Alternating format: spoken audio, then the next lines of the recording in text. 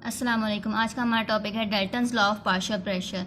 Dalton's law यानी John Dalton ने दिया था, और ये John Dalton studied the mixture of gases, यानी उसने स्टडीड किया था मिक्सचर गैसेस के मिक्सचर को, और उसने अपना लॉ ऑफ पार्शियल प्रेशर दिया था। और उसके अकॉर्डिंग जो है इसकी डेफिनेशन जो उसने बनाई थी, the total pressure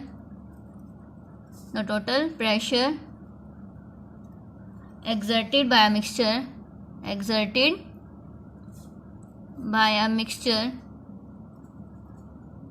is equal to the sum of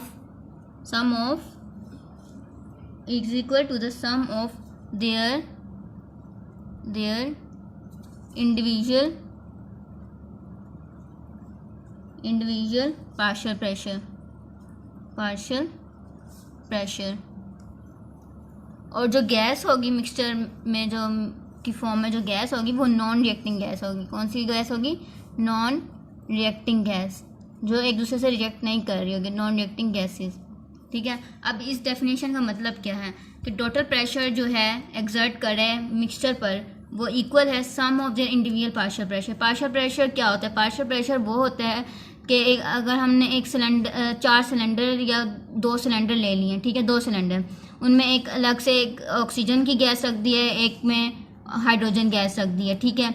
उसकी जो प्रेशर होगा वो पार्शियल प्रेशर होगा, ऑक्सीजन वाले का और जो हाइड्रोजन वाले का होगा, ठीक है। ये पार्शियल प्रेशर हुआ। लेकिन अगर हम एक सिलेंडर ले लें, उसमें दोनों गैसेस रख दें, ऑक्सीजन भी और हाइड्रोजन भी, और उस एक सिलेंडर के अंदर जो दोनों गैसेस का प्रेशर होगा वो टोटल प्रेशर होगा।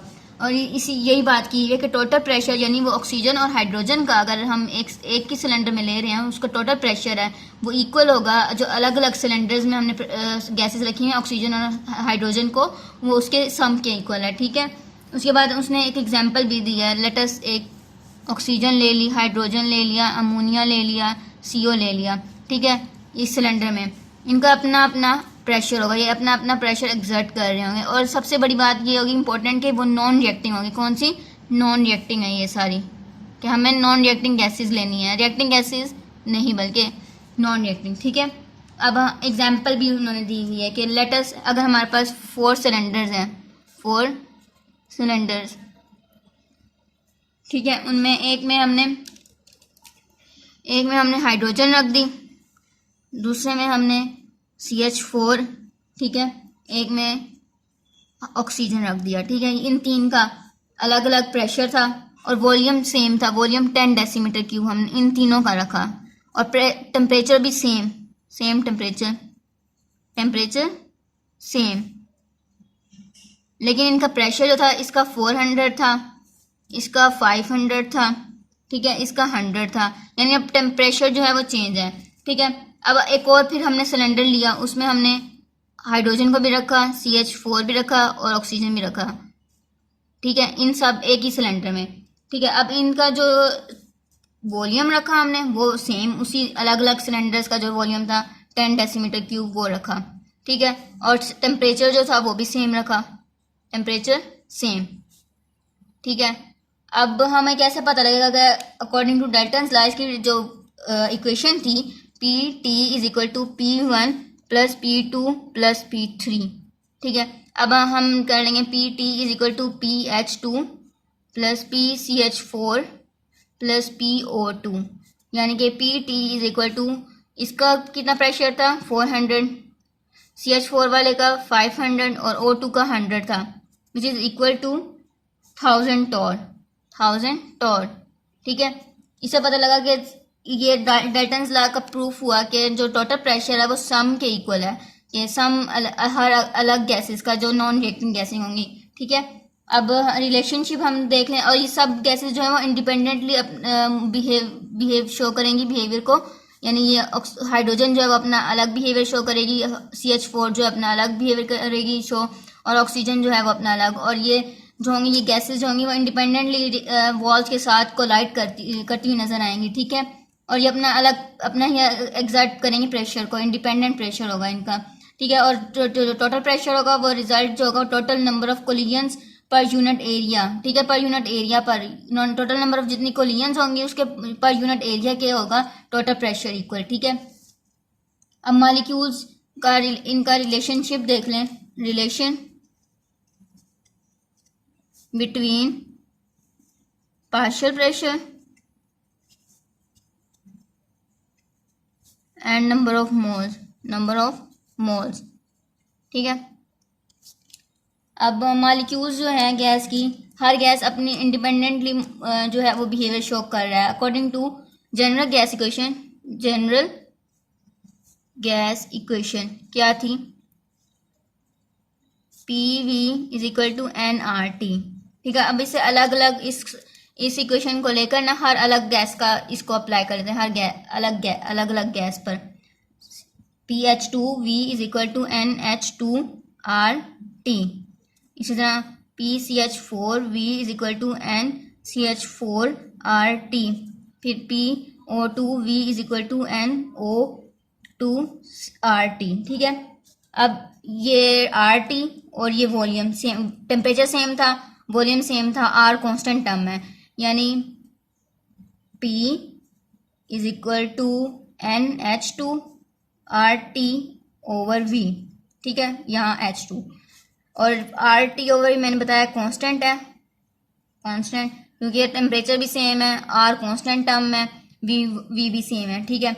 इसी तरह अब ये बन जाएगा PH2 is directly proportional to NH2, ठीक है, NH2। इसी तरह अब बाकी गैसेस पे भी कर लें, CH4 is directly proportional to NCH4 और P कौन सा है, PO2 is directly proportional to NO2, ठीक है। यानी ये जो पार्शियल प्रेशर वो डायरेक्ट रिलेशन में है नंबर ऑफ मोल्स के साथ, ठीक है। और वॉल्यूम और टेम्परेचर जो है वो सेम है और इनके नंबर ऑफ मोल्स जो है वो डिफरेंट है, और इसी बुनियाद पर पार्शियल प्रेशर जो है वो डिफरेंट हो सकता है, यानी नंबर ऑफ मोल्स वेरी करेंगे तो पार्शियल प्रेशर भी वेरी करेगा according to these three equations.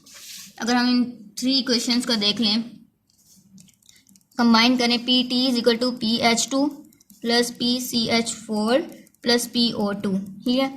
इसके बाद PT is equal to NH2 NCH4 plus NO2 RT over V, ठीक है। PT इज इक्वल टू, इन सब का सम जो होगा वो NT के इक्वल होगा, ठीक है, RT ओवर V, ये हो गया। PT ये V जो है ये इधर चला जाएगा, मल्टीप्लाई हो जाएगा, V is equal to NT/RT, ठीक है। ये जो इक्वेशन बन गई ये है कि ये शो कर रही है कि जो टोटल प्रेशर वो number of moles per depend कर रहा है, total number of moles per, ठीक है। उसके बाद नेक्स्ट है calculation of partial pressure, calculation of partial pressure. अब हमें इसमें बताया गया है कि पार्शियल प्रेशर जो है किसी भी गैस का वो कैसे कैलकुलेट किया जा सकता है, कि हमें क्या क्या मालूम हो, उसका मैस मालूम हो, पार्शियल प्रेशर कैसे फाइंड कर सकते हैं कि किसी भी गैस का मैस हमें पता हो, नंबर ऑफ मोल्स उस गैस के पता हो, नंबर ऑफ मोल्स, और टोटल प्रेशर उसके साथ पता हो, टोटल प्रेशर और टोटल नंबर ऑफ मोल्स, ठीक है। यानी अगर हमें पार्शियल प्रेशर किसी एक गैस का मालूम करना है तो हमें उस एक गैस का हमें मैस पता हो, नंबर ऑफ मोल जो है वो उसी गैस के मालूम हो, और टोटल प्रेशर जो है वो उस मिक्सचर में जितनी भी गैसेज हैं और जो वो एक गैस का हम फाइंड कर रहे हैं पार्शियल प्रेशर, वो उसका प्रेशर टोटल प्रेशर होगा, और टोटल नंबर ऑफ मोल्स यानी जो जितनी भी गैसेज हैं उस मिक्सचर में उन सब का जो टोटल होगा, टोटल नंबर ऑफ मोल्स वो, ठीक है। अगर हमें इसे रिलेशनशिप में लेना है तो let us suppose we have a mixture of gas A and B, this mixture is enclosed in a container having volume V, यानी वॉल्यूम V है इसे इनक्लोज कर दिया, उसका टोटल प्रेशर जो है वो 1 atm है, टोटल प्रेशर इज 1 atm। अब हम इक्वेशन बना लेते हैं इस ऊपर वाली इक्वेशन के मुताबिक, PTV is equal to NTRT, ये इक्वेशन 1 हो गई। उसके बाद PA, हमने कहा कि हमने गैसेस ले ली, उनका नाम हमने एक का A रख दिया और दूसरे का B रख दिया, तो ये इसकी एक की इक्वेशन A वाले की। RT ये सेकंड इक्वेशन हो गई।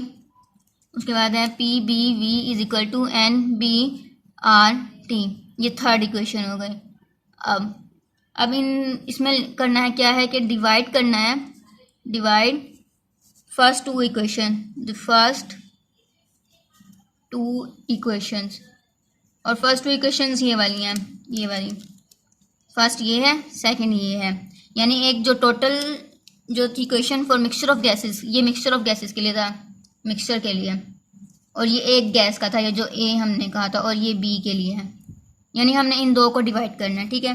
P A V over P T V is equal to N A R T over N T R T, ठीक है।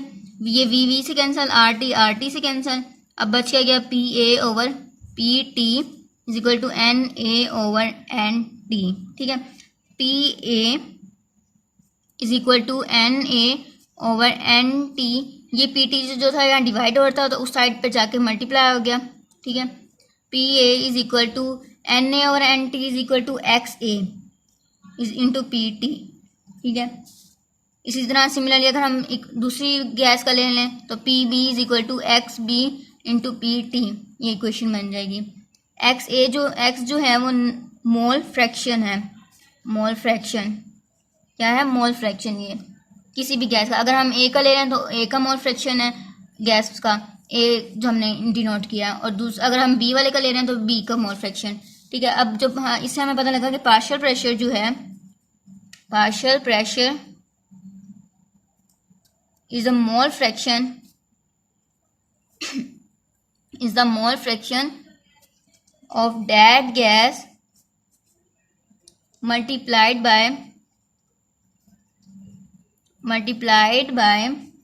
the total pressure of mixture।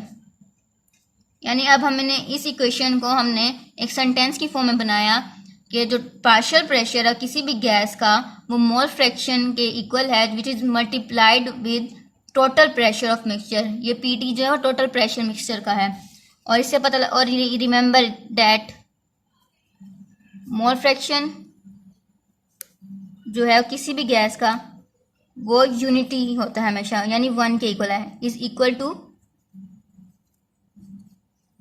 Unity. और ये भी बात कि मोल फ्रैक्शन किसी एक गैस का जो है मिक्सचर में वो लेस देन 1 होता है, जबकि mole fraction sum of mole fraction जो है वो 1 के इक्वल होते हैं। यानी अगर हम एक गैस का ले रहे हैं तो वो लेस देन 1 है, लेकिन अगर हम मिक्सचर का मोल फ्रैक्शन ले रहे हैं तो वो इक्वल टू 1 है।